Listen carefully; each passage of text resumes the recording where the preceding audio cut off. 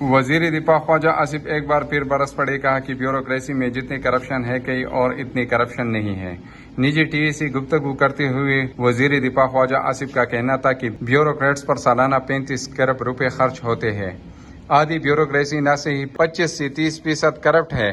وزیر دفاع نے کہا کہ ایک رپورٹ کے مطابق 3.35 ٹریلین روپے سالانہ ان بیوروکریٹس پر خرچ ہوتا ہے، جبکہ PIDE کی رپورٹ کے مطابق 86 کروڑ روپے ایک بیوروکریٹس کے پوری سروس پر خرچ ہوتا ہے۔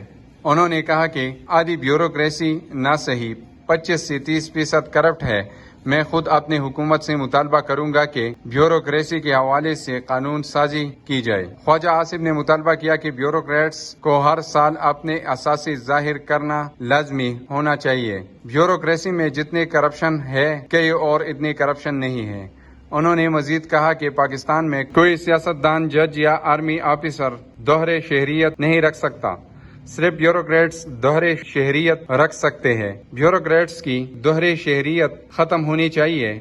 خواجہ آصف نے کہا کہ بیوروکریٹس کے لیے پلاٹس کا لامتناہی سلسلہ بند ہونا چاہیے۔